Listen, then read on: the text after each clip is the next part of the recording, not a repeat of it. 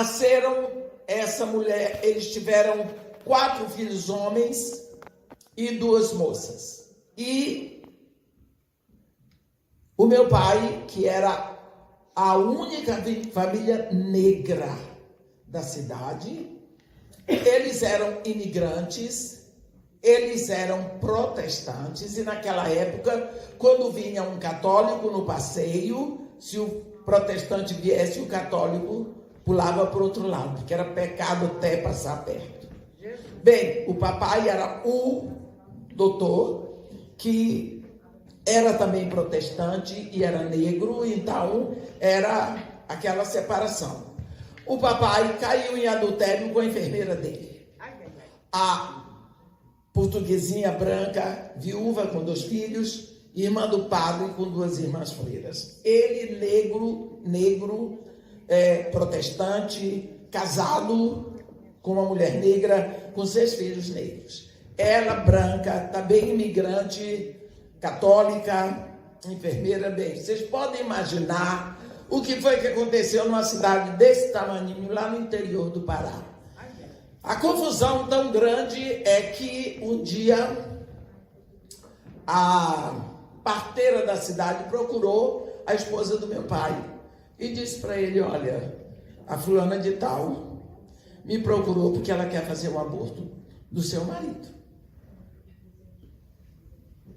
E a mulher do meu pai, a esposa dele, então procurou a minha mãe e disse para ela: olha, você sabia que ele era casado, você sabia que ele é negro, você sabia que ele é meu marido e que ele tem 6 filhos, você sabe qual é a situação de um imigrante ilegal, você sabe qual é a situação. Eu quero lhe dizer que este filho que você tem no seu ventre é irmão dos meus filhos e é filho do meu marido, portanto tem a ver comigo. Você não mate esta criança porque eu mato você. A criança era eu. Uau! Mamãe estava grávida de mim. Mamãe tinha 2 anos mais velha do que o meu irmão mais velho, filho do papai.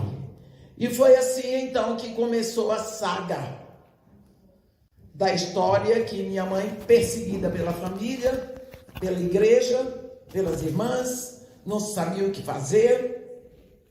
O que eu quero dizer para vocês é que não existia aqui, nesse planeta, uma pessoa que quisesse que eu nascesse. A minha madrasta não estava interessada que o marido dela arranjasse filho na rua.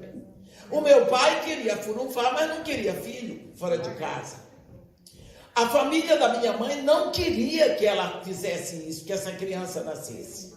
Nem a família toda do meu pai e da minha madrasta, nem meus irmãos, ninguém. Não tinha uma pessoa nesse planeta que quisesse o meu nascimento. Mas Deus disse: vai. Aleluia! Sou eu que estou fazendo, eu não mandei os 2 pecarem. Já que fizeram, quem vai nessa história é você. Eu garanto. Essa é a minha história. Bem, cresci, minha madrasta arranjou uma casa que tinha no fundo, que nós chamamos lá meia água, não sei se vocês conhecem essa expressão, e botou mamãe lá. E foi minha madrasta que ajudou a fazer o parto. E se tornou grande amiga da mamãe. Nunca vi mamãe falar mal da minha madrasta, nem da minha madrasta falar mal da minha mamãe. Pelo contrário, ficaram amigas. Meu irmão, que acabou de fazer 97, disse assim para mim: a mamãe e a sua mãe ficaram sem vergonha, ficaram amigas. Porque ficaram. Então ficou assim. Então eu cresci numa cidade pequena, tendo o pai e a madrasta negros, protestantes, 6 irmãos negros. Do outro lado, a mãe e o padrasto, porque quando eu estava com 2 anos, minha mãe casou com um homem maravilhoso. Ele era cearense. E do outro lado, 4 irmãos brancos, mãe branca, padrasto branco, família branca, católicos. e eu no meio. Eu tinha 10 irmãos, padrasto, madrasta, mãe e pai. Mas eu não tinha a sensação de ter uma família. Eu não tinha um lar. Eu vivia no meu pai, na minha mãe, na minha madrasta, no meu padrasto. Eu vivia no meio, eu não tinha identidade familiar. Eu me sentia desnorteada. Foi tão difícil para mim chegar a essa conclusão, que eu cheguei depois de adulta, que eu cresci assim, sem família. Apesar de ter pai, mãe, madrasto, padrasto, todo mundo, minha madrasta era louca por mim. Minha madrasta é a pessoa mais admirável que eu tive em toda a minha vida. Ela me deu o nome da mãe dela e eu nasci no dia em que nasceu e morreu a filha mais velha dela. Para você ver, tudo isso acontece. Quando eu tinha 9, eu era uma criança terrível, horrível. Pensa numa criança difícil. Com toda essa complexidade da família da mamãe, que eles me botavam tudo quanto era apelido. Eu me lembro que um dia eu cheguei na casa da mamãe, era um dia de sábado e domingo ia ter a procissão do encontro lá da Santa. E tinha um vestido muito bonito lá com as asas de anjo e tudo mais. E eu disse, para que isso, mamãe? É porque a Gracinha, minha irmã mais velha, vai ser o anjo da Verônica. Eu disse para ela, eu também quero ser anjo. Aí a mamãe disse, fala com teu tio. O tio era o padre. Eu disse para ele, eu também quero ser anjo. Ele olhou bem para mim, eu tinha 6 anos. E disse, olha, quando eu for fazer a representação do Satanás, eu te chamo. Porque anjo preto não existe. Mas Satanás é que é preto e tem um cabelo assim, pichain, que nem o teu. Eu ouvia coisas daí para pior, da família da mamãe. Vocês não têm noção do que é uma criança desajustada familiarmente. O que dizem para uma criança? Vocês não têm noção o que uma criança... Eu não me sentia segura em canto nenhum. Eu era sempre alguma coisa que chegou demais. Eu cresci sabendo que todo mundo me fazia favor, porque eu não tinha direitos.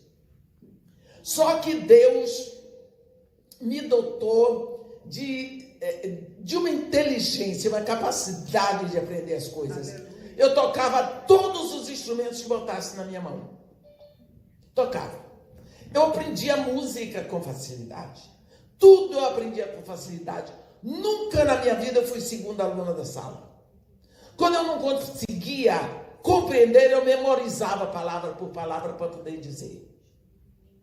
E eu era uma criança assim muito... Por quê? Eu não podia brincar com outras crianças porque eu era filha fora do casamento. Eu tinha alguns defeitos. Eu era filha da poderosa. Eu era negra. Eu não tinha... Assim, preto não tem bandeira. Eram coisas horríveis. Então eu era uma criança que eu procurava chamar atenção de outro jeito. Por exemplo, eu jogava pedra na cabeça de mendigo na rua. Atirava pedra nos outros. E quando eu estava com 9 anos, então chegaram à conclusão, eu quebrei a cabeça de uma cega. E chegaram à conclusão que eu tinha que sair da cidade. Era muito confortável para todo mundo. A vergonha estava desaparecendo, porque eles aprontaram e eu que era a vergonha. Bem, tudo bem. O papai queria me mandar para a Inglaterra com a família dele. E mamãe disse que não.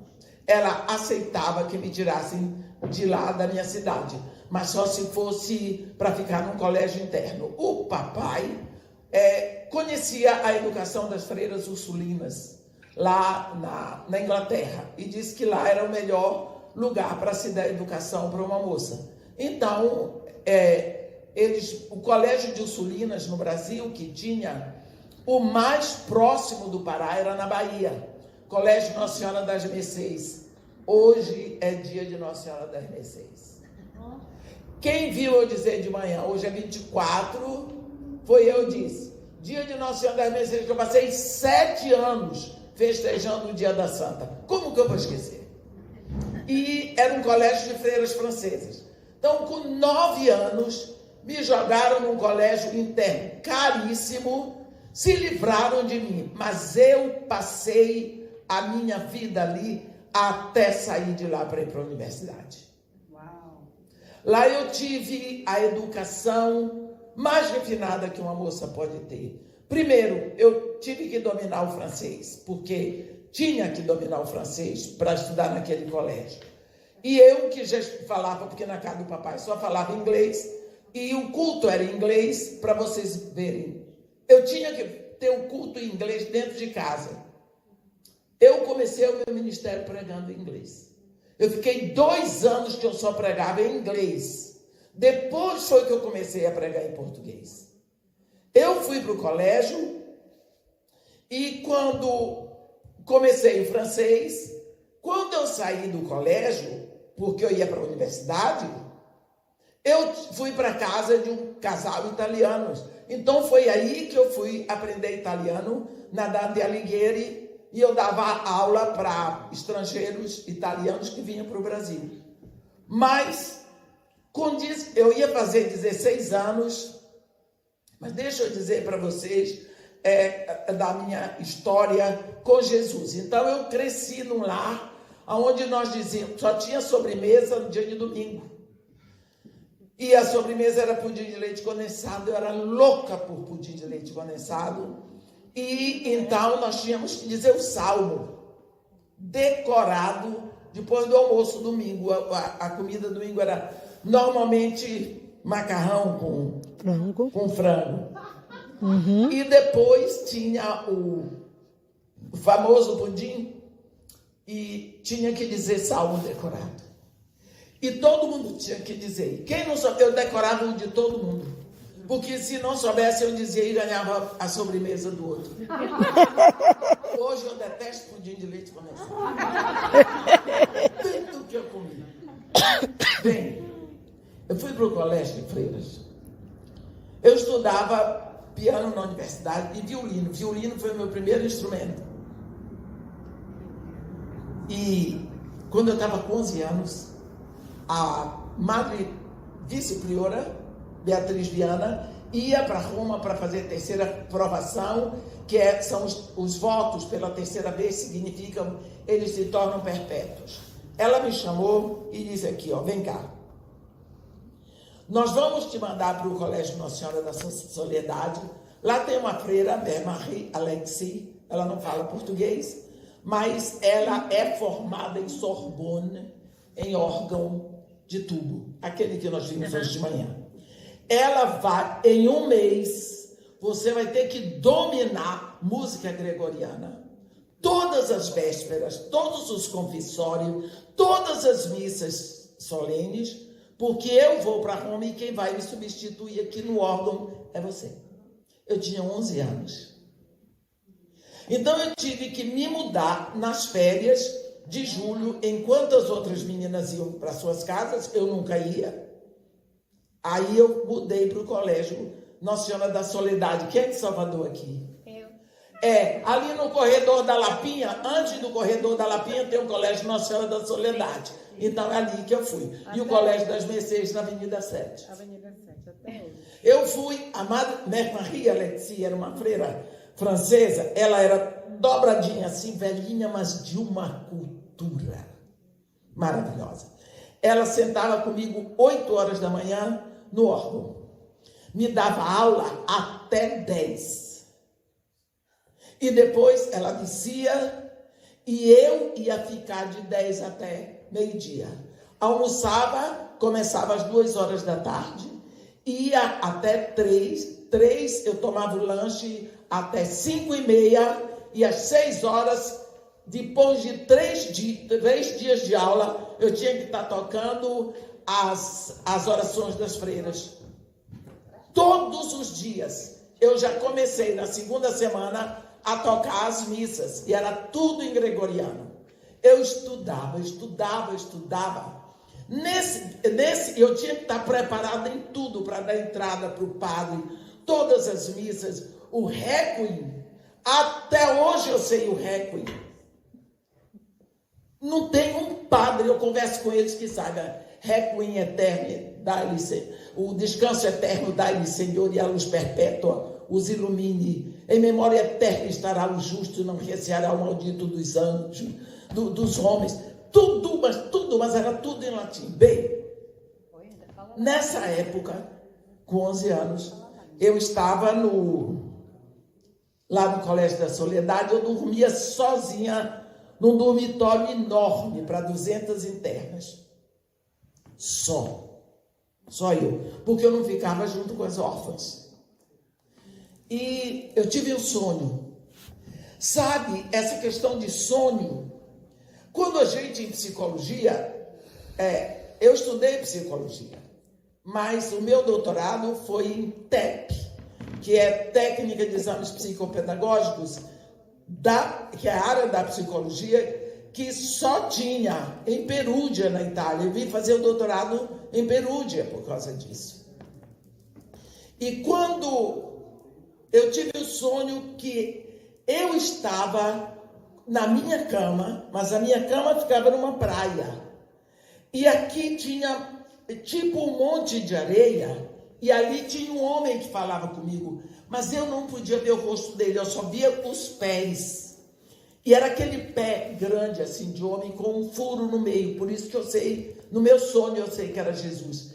O vento vinha forte e levava a roupa dele, os pedaços de roupa dele. A roupa dele era tipo um voal, mas saíam os pedaços, assim como se fosse luz. Era azul forte, azul claro, dourado, amarelo, branco, todas as cores voavam. E eu acho até hoje no meu sonho, que ele estava junto ao mar, porque eu ouvia barulho, sabe, das ondas batendo ali. Um dia eu fui ver na Bíblia que ele tem o som, a voz como o som de muitas águas. Aleluia. Que são todas as nações. E ali naquele sonho, ele falava comigo. Eu não podia olhar daqui para cima, porque os olhos não aguentavam. Ele disse para mim, tu és minha e tu vais crescer. Eu te enviarei a muitas nações. Aleluia. E com a palavra que eu vou botar na tua boca, muitos me conhecerão e virão a mim. Bem, eu acordei no outro dia apavorada, porque eu disse, pronto, vou ser missionária.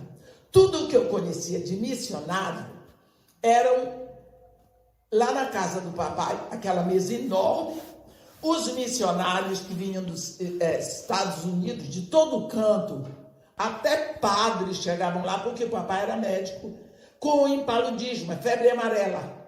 Chegavam doentes da floresta, da selva, dos índios, para tratar. E eu disse, eu não quero ser missionário, porque missionário vai ser pobre a vida toda. Eu não quero ser pobre, eu tinha horror de pobre. Eu não queria você ver. E esse sonho, eu só contei desse sonho, porque eu nunca falei com ninguém, depois da minha verdadeira conversão. Passaram-se os anos, bem, eu fiz todo o curso, eu era sempre muito avançada. Quando eu entrei na universidade, a primeira faculdade que eu fiz foi na Universidade Católica da Bahia, ali na Moraria. Conhece? Ali na Moraria, no Largo da... 2 de julho? Não, no Largo 2 de julho, ali na Moraria, atrás do Coisa General. Do exército, sim. Exato, então ali. Campo da Pólvora.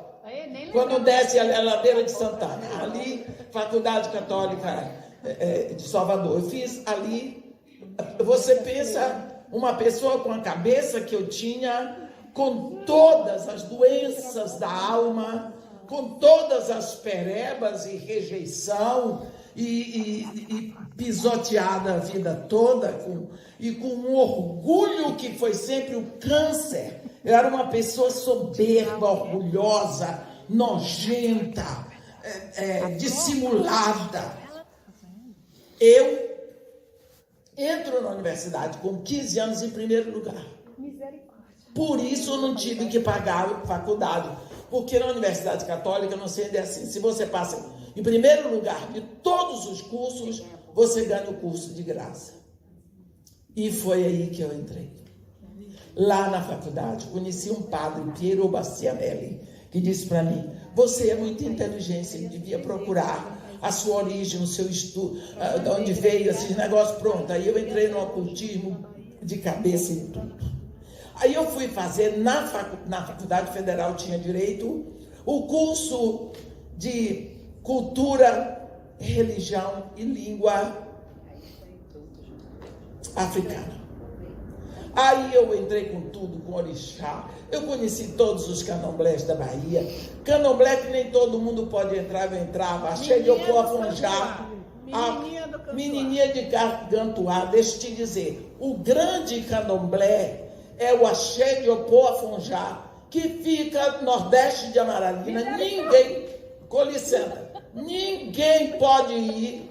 Deixa eu dizer o resto. Pois então, deixa eu lhe ensinar. Deixa eu lhe ensinar, porque lá você nunca foi. Nunca fomos. Dissidentes de lá são Menininha do Gantuá, Procópio de Ogunjá, Senhora do Baixão. São os três que são como se fossem os grandes trunfos do Axé de Opoafonjá. Axé de Opoafonjá, ninguém pode entrar, a não ser aquele lá de Amoreira, que é o candomblé de Babá. Conheci tudo. Aonde ali no Nordeste? Hein? Aonde no Nordeste a gente Você entra, tinha uma subida que você ia Na ladeira de Amaralina. na ladeira. Nós nos convertemos aos 13, então... Graças a Deus, eu também. Eu chegava em Menininha do Gantuá, eu entrava sem pedir licença e sem jocar. Ela dizia: ninguém toca nela, porque ela tem 7 orixás. Eu tinha entregue minha vida para Jesus, eu tinha 5 anos. E eu achava o Max, tem 7 orixás. Ninguém sabe tanto de candomblé, eu acho, como eu sei. Eu fui estudar italiano para ler Ugo Spirito, Pitti Grilli, Pietro Baldi, que não tinha traduzido em português. Para você ver como eu entrei de fundo nesse negócio, porque eu gostava de saber. Quando eu cheguei no Iraque, eu fui no Iraque porque eu queria conhecer o Garguá. Porque todo mundo diz que o berço da feitiçaria é a África, não é não. É o Iraque, é a cultura caínica. Epa, É a berço da feitiçaria, é a cultura caínica, é na Babilônia, que hoje se chama Bagdá. Eu fui lá para ler minha sorte no Garguá, e eles acertaram. Porque o diabo também tem limite de adivinhação. Mas deixa eu contar o meu testemunho.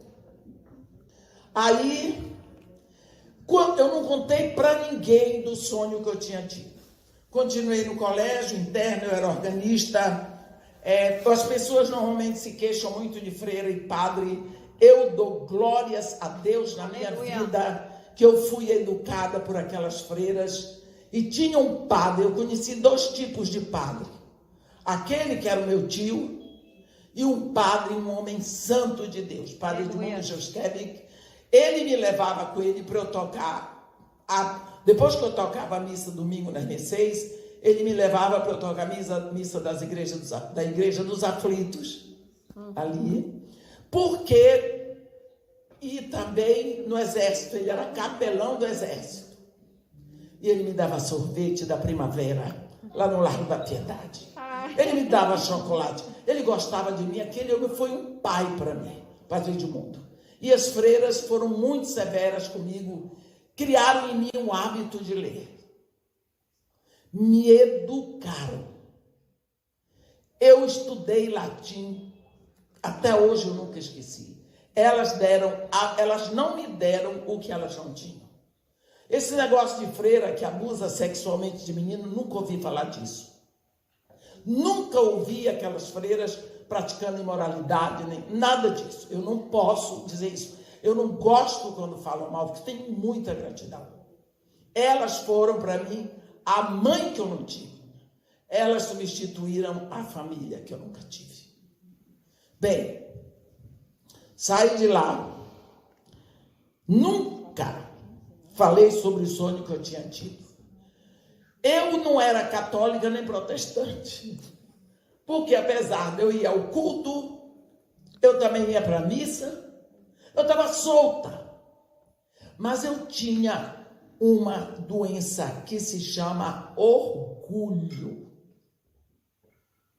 Eu não estudava por outra coisa a não ser para ser melhor. Eu tinha uma mania de superioridade, e quando você vê pessoas buscando muita superioridade é porque ela sabe que ela é pior.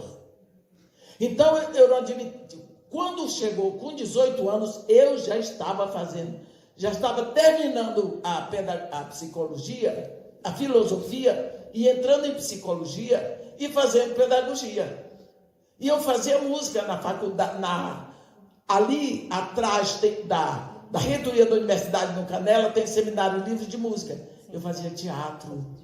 Eu fiz dança afro. Eu fui aluna de Olga de Alaqueto, lá no Teatro Castro Alves, ali no Campo Grande. Bem,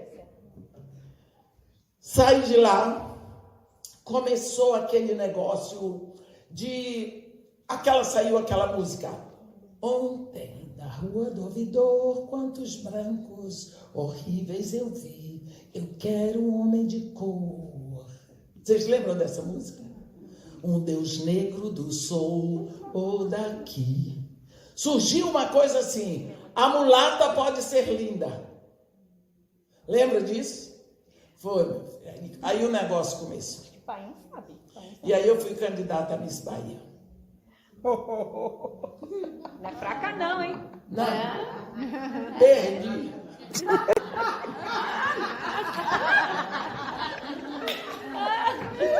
Perdi. Mas eu fiquei em segundo lugar. Mas entrou, pai. Importante competir. Fiquei em segundo lugar. Eu sempre fui muito... Eu fiz socila para aprender a andar, para poder saber posar. Sabe tudo o que era do mundo. Um pecado claro que eu nunca tive. Imoralidade sexual. Glória a Deus. Glória a Deus. Nunca. Porque também tinha uma coisa. Eu era tão boa, tão melhor do que os outros, que nenhum homem era digno de mim.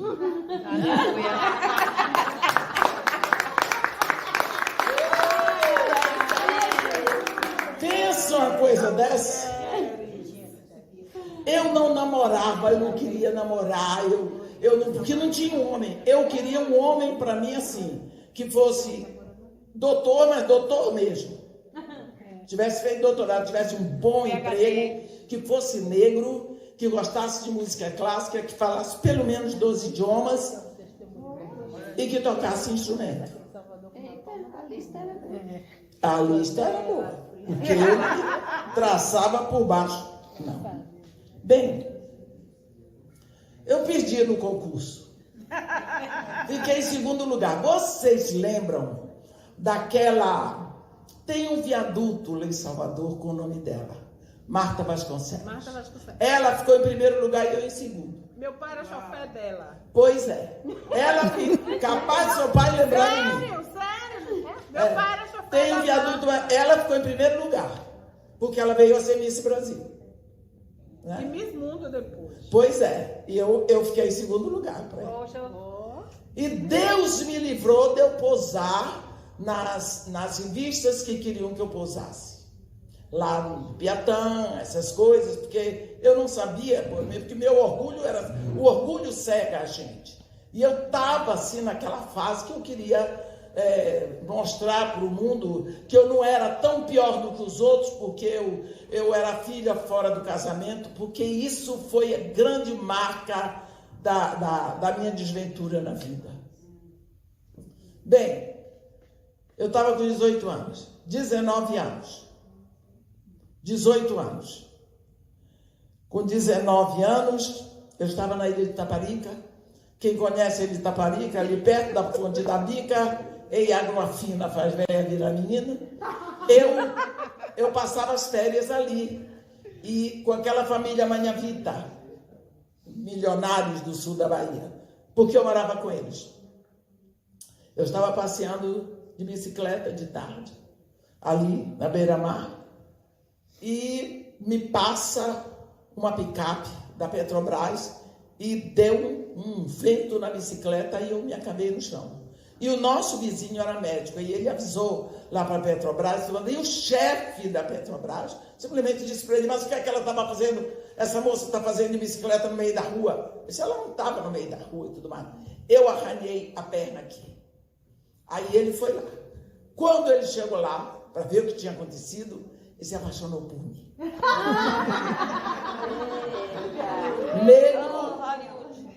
Negro engenheiro da Petrobras, falando muito bem alemão, francês e inglês, e tocava violino e violão. Eita!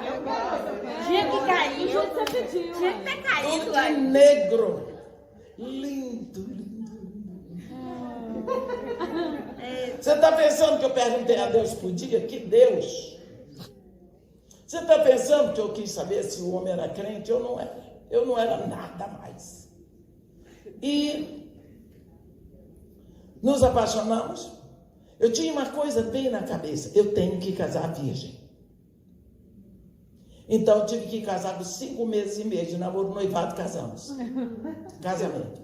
Para eu casar, como que eu ia casar? Ele mandou buscar os documentos dele no Rio. Ele era 13 anos mais velho do que eu. E eu, de onde que eu arranjar documento? Eu não podia pedir permissão a ninguém para casar. Meu pai ia ficar doido. Minha madrasta também, meus irmãos. Aí eu tinha uma amiga que não conseguia entrar na universidade. Ela já até aposentou. Eu fiz um negócio com ela assim. Olha, você tem um sonho de passar no vestibular, você não passa. Eu quero casar, mas eu preciso da certidão de batismo e certidão de Cristo. A gente pode fazer uma coisa. Nós vamos lá na Piedade, que é onde fazia o SSP, Secretaria de Segurança Pública da Bahia, era ali no Jardim da Piedade.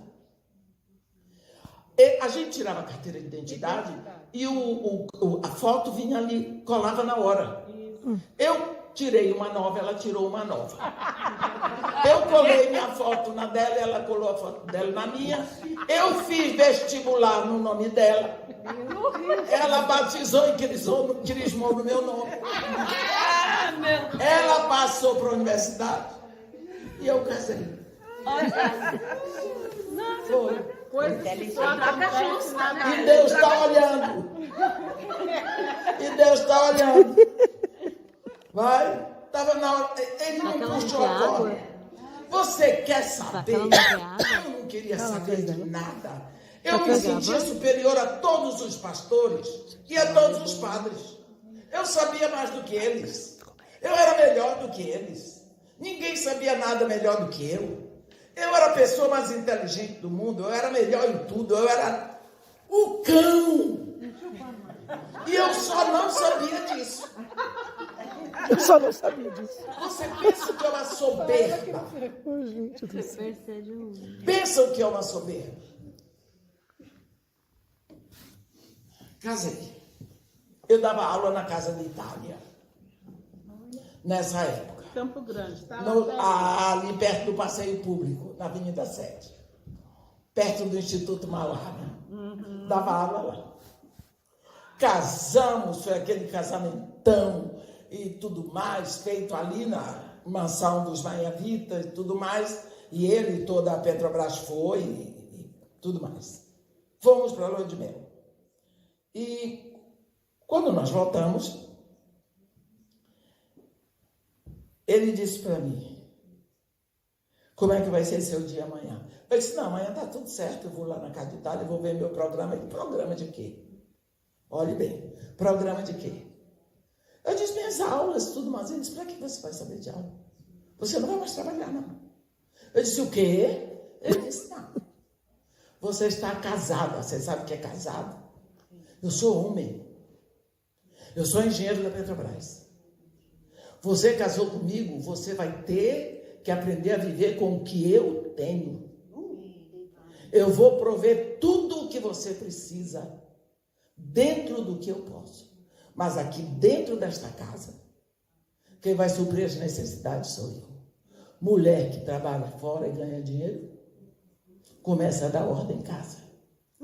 E casa, minha filha nasceu no dia 19 de setembro. Eu não sabia de pílula anticoncepcional.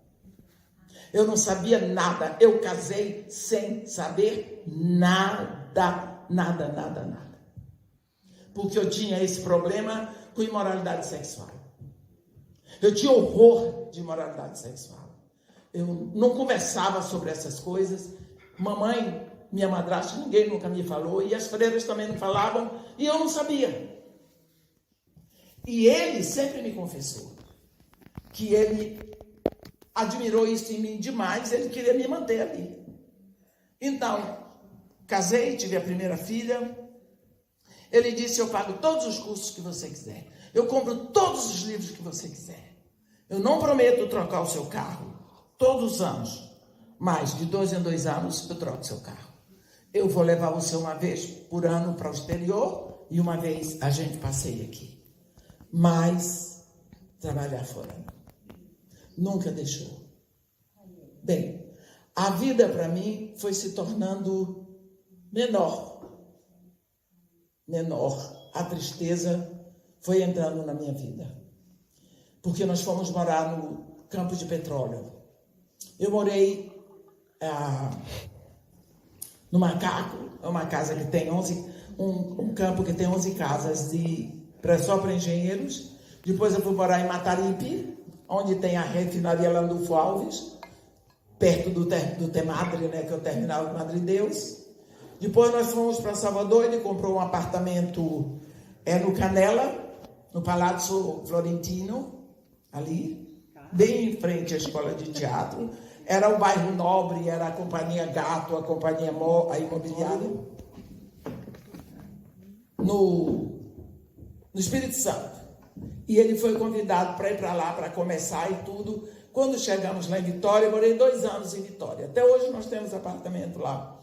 E ele disse, o governador do Espírito Santo, Elcio Álvares, não deu permissão para a Petrobras construir o porto petroleiro em Vitória, porque já tinha o porto de Tubarão, que é da Vale do Rio Doce. Então a Petrobras teve que mudar. Ficou com os campos de São Mateus e Linhares, mas teve que mudar para o Rio de Janeiro, lá para Campos, Macaé, por ali. Nesse tempo, a Petrobras descobriu as 2 maiores jazidas de petróleo do mundo no Iraque.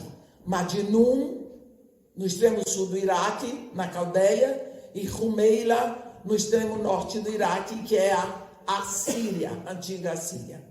E a Petrobras, então, fundou a Braspetro, que é a Petrobras Internacional. Então, a Petrobras tinha que selecionar alguns engenheiros-chefes, tops, para mandar para lá, que era para dar partida para tudo. E um dos convidados foi meu marido. Ele era um homem muito inteligente, muito capaz, muito trabalhador. E ele chegou em casa, me falou, e ele disse, olha, se eu disser, eu só posso dar uma resposta se você disser que vai. Então, eu disse, eu quero ir. Ele disse, louca para conhecer o Oriente, louca por uma outra cultura. Eu sempre gostava de aprender. Isso sempre teve em mim, vontade de aprender até hoje. E aí eu fui entrevistada lá pela assistência social da Petrobras. Bem, meu marido foi convidado para ir como gerente de apoio da Petrobras Internacional para o Iraque. Nós fomos para lá, para o Iraque, para morar exatamente a 10 minutos a pé do lugar onde foi o paraíso terrestre. Nessa época, um dia, o meu marido ligou para mim, lá para casa, e disse assim, olha, bota uma roupa melhor aí, porque um dos meus secretários foi para a Sherika. A Sherika é a companhia de petróleo iraquiana em Bagdad, e era uma quinta-feira, e ele tinha que entregar os documentos lá. Só que ele deixou um documento importantíssimo na cabeceira da cama dele. E meu marido tinha que enviar aquele documento no avião até 10 horas da manhã. Porque tinha que dar entrada naquele coisa. Então ele ia me pegar para eu ir com ele na casa da mãe do Ayo, que era o rapaz, para ela me dar o documento. Porque ela não ia abrir a porta se meu marido fosse sozinho, porque ele era homem. Então eu fui com ele. Paramos na porta. O jardim dela era assim, não tinha muro. E eu abri o portão, entrei, tinha 2 degraus. Eu subi e toquei a campainha.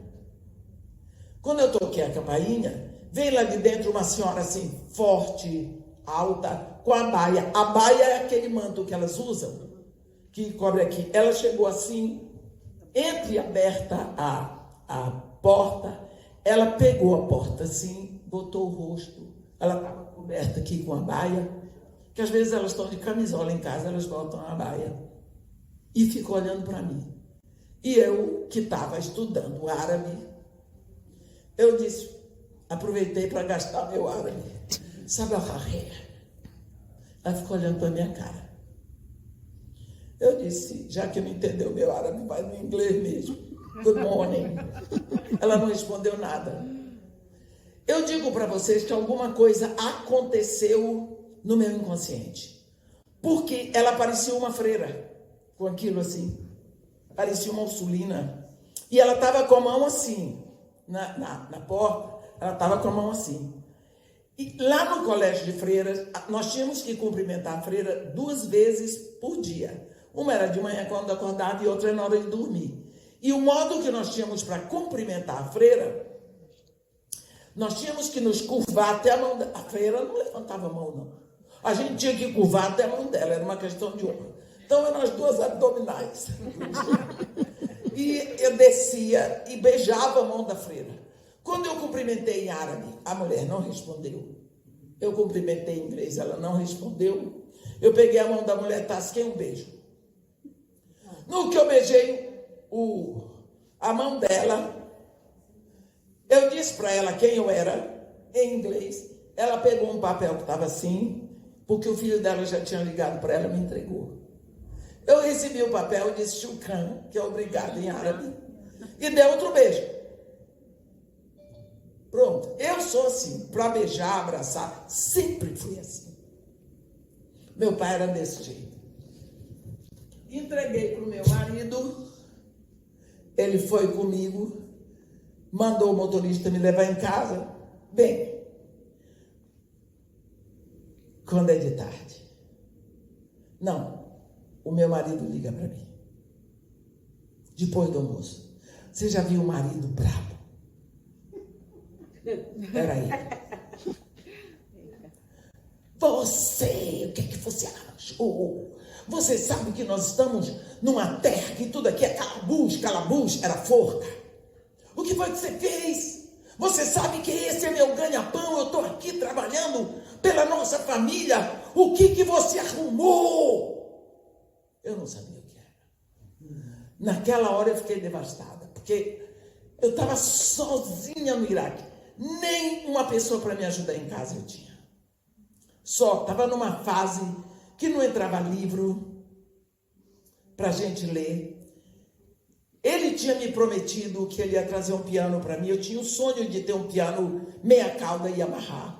Nós fomos ao Kuwait, compramos, mas o piano se acabou na fronteira, não pôde entrar. Ele conseguiu para mim um acordeão, que eu tenho horror. Eu sou formado em acordeão pela Academia Mário Mascarenhas, mas eu tenho horror. Mas eu me formei porque naquela época o moço tinha que tocar acordeão. Não era? Vocês não sabem, vocês não são dessa época. Meu pai tocava. Tocava? Pois é. Aí eu chorei tanto. Eu tinha certeza que aquela mulher tinha levantado falso testemunho de mim. Tinha. Quando é lá depois de 3 horas da tarde, eu ouvi umas risadas do lado de fora. O carro que parou era do meu marido. Entra meu marido rindo com um homem, o filho, o secretário lá. Eu não entendi mais nada. Bem, Vou dizer para vocês o que aconteceu. Aquela mulher, ela era turca, ela era de Istambul, acho que era Istambul. Ela era professora de História do Fértil Crescente na Universidade Federal de Basra, e ela era casada com um engenheiro da Companhia de Petróleo Iraquiano, que era muçulmano, mas ela era cristã. Ela disse para o filho dela que eu beijei 2 vezes no pulso dela. Eu sei lá onde é que eu beijei.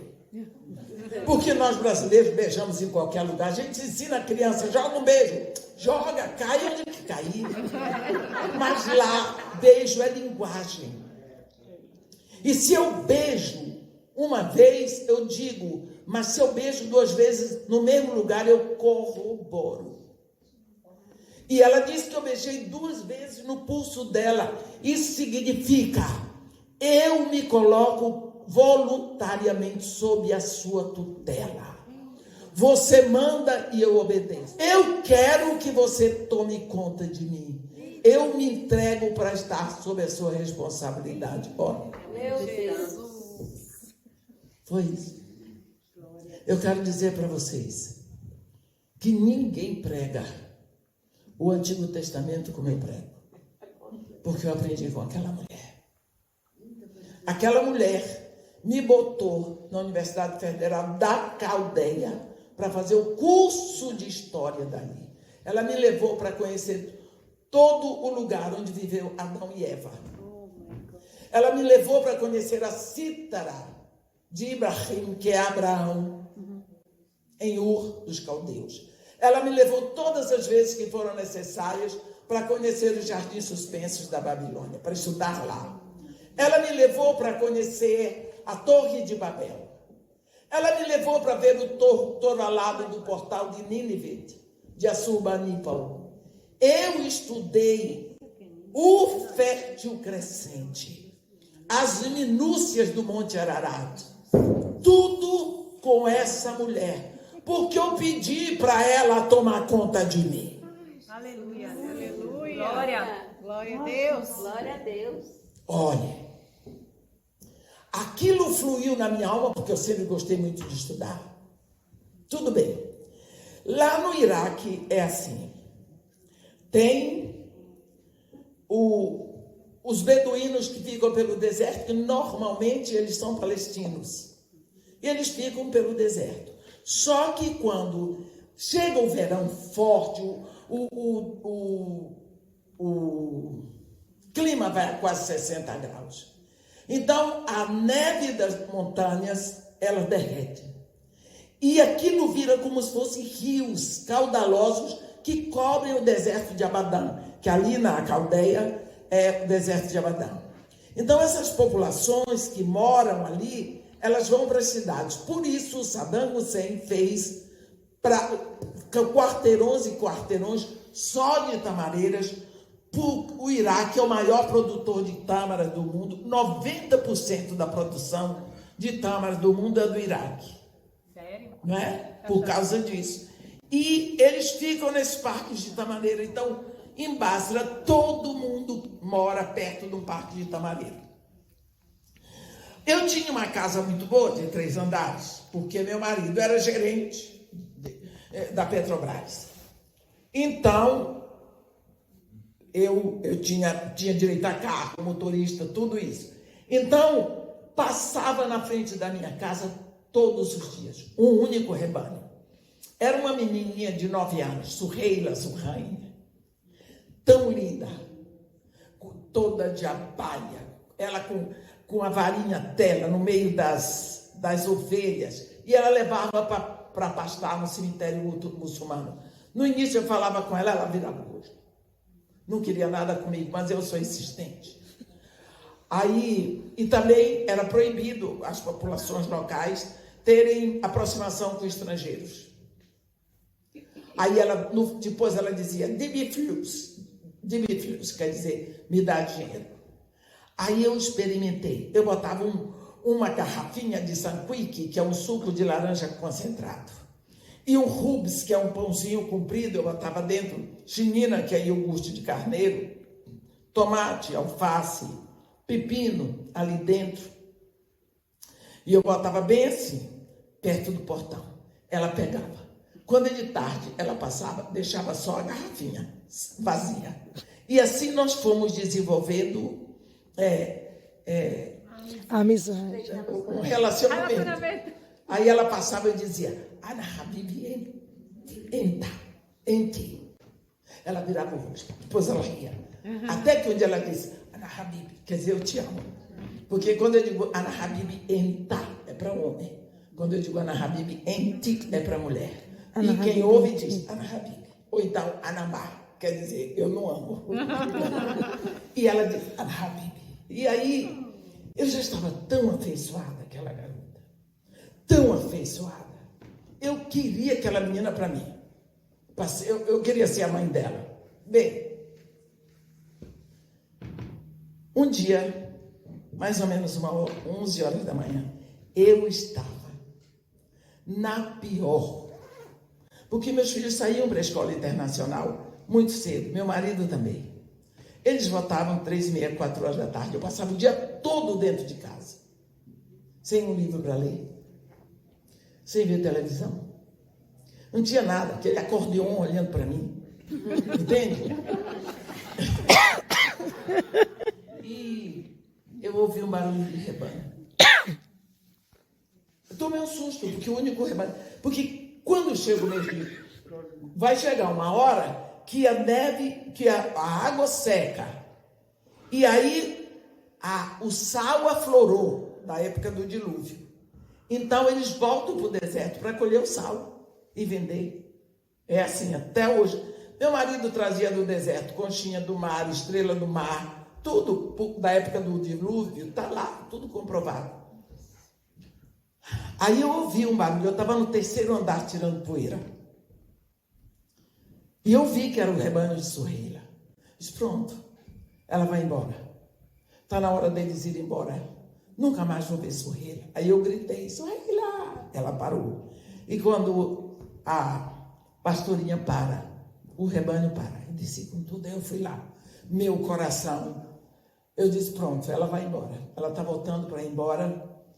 E eu cheguei lá, entrei. Ela tinha a baia dela, estava mais ou menos assim. Ela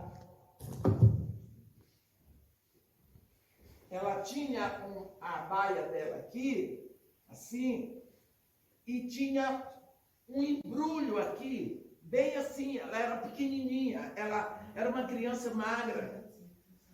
E ela tinha aquele embrulho aqui. Tinha aquele embrulho, e eu disse, o que foi? O que foi que aconteceu? Por que você está voltando essa hora? E ela estava brava, de cabecinha abaixo. Ela não olhava para mim. Eu disse, o que foi que aconteceu? E eu só repeti, X-Mac, o que foi que aconteceu? Aí ela levantou assim, ela pegou. Ela tinha um cordeirinho aqui. Ela pegou a perninha dele e me mostrou. Quando ela me mostrou, eu vi que estava quebrada, porque ela botou umas taliscas e embrulhou com papiro, que é o que tem ali demais, é papiro. Só que quando ela pegou na perna da ovelha... Não, já dá para... Muito obrigada. Já acabei a encenação. Obrigada. Só que quando ela pegou, aquele animal deu um berro, mas um berro demorado. No que ele deu um berro, aquela menina deu um gemido. Mas foi um gemido que não foi um gemido dessa terra.